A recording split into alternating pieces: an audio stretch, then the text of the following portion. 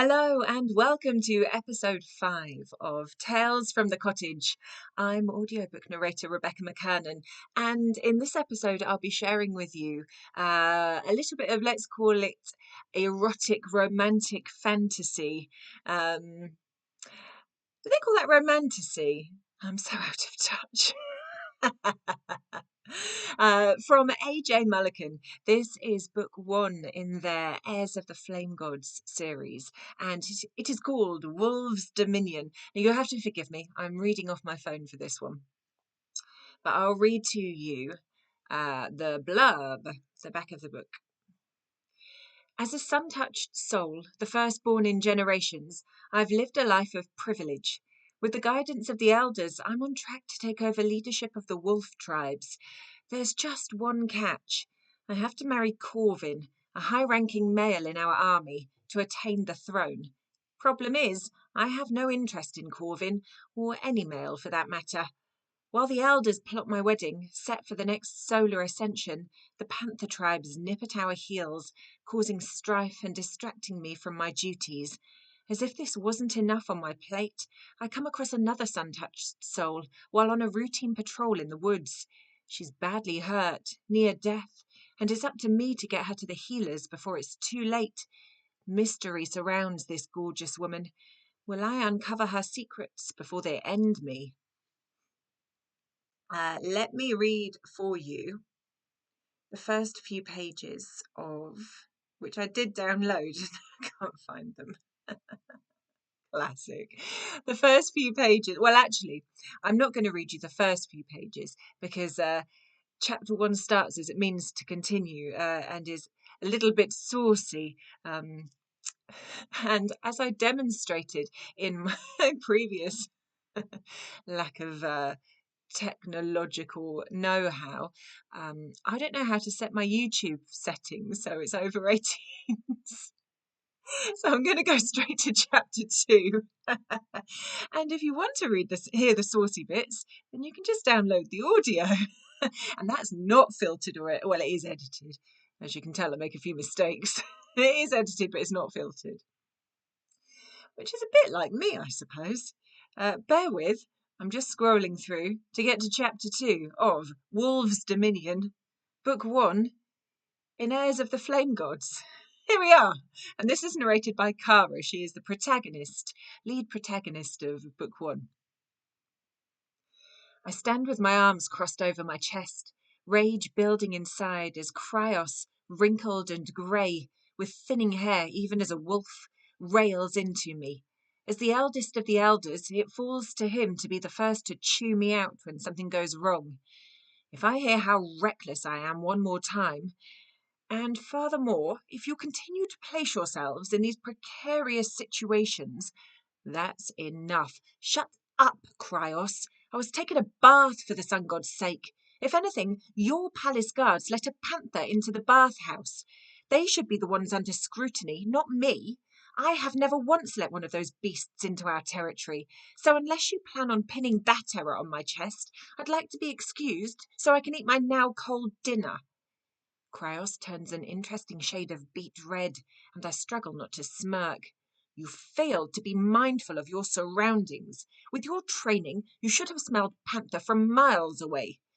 I roll my eyes. The same could be said of your guards. All I'm saying is I'm not the only one guilty of not realizing she was an assassin. Once you accept that, we can get along again. Until then, though, I respectfully disagree. Bah! There's nothing respectful about your attitude, Cara. Some days I wish Solari had seen fit to bestow his gifts on a more obedient wolf. Just then, the echoing footsteps of someone in a hurry fill the chamber of elders, and Corvin appears. He's about as red as his grandfather Cryos, all the way from his dark, trimmed beard to his close-cropped hair, though his angry, green-eyed gaze is focused on the old man, not me. Grandsire, please tell me you're not laying into my bride again. Oh, please. Corvin, I wish you wouldn't call me that. His eyes flit over to me before returning to the elders on their dais. It's what you will be in a few weeks. Why deny it? Because I have other plans that don't involve mating with a man. Lana, the lone female elder, is about 10 years Krause's junior. As such, her skin is much smoother, her hair less shot with silver, though the years have tightened her expression to an almost puckered look, making her seem harsh and severe. She clucks her tongue and shakes her head. She denies her duties like a spoiled child. Kara, dear, your distaste for Corvin physically is no reason to not admit that he's an excellent political match. Maybe I don't want to spend my life with a political match. Maybe I want to rule alone.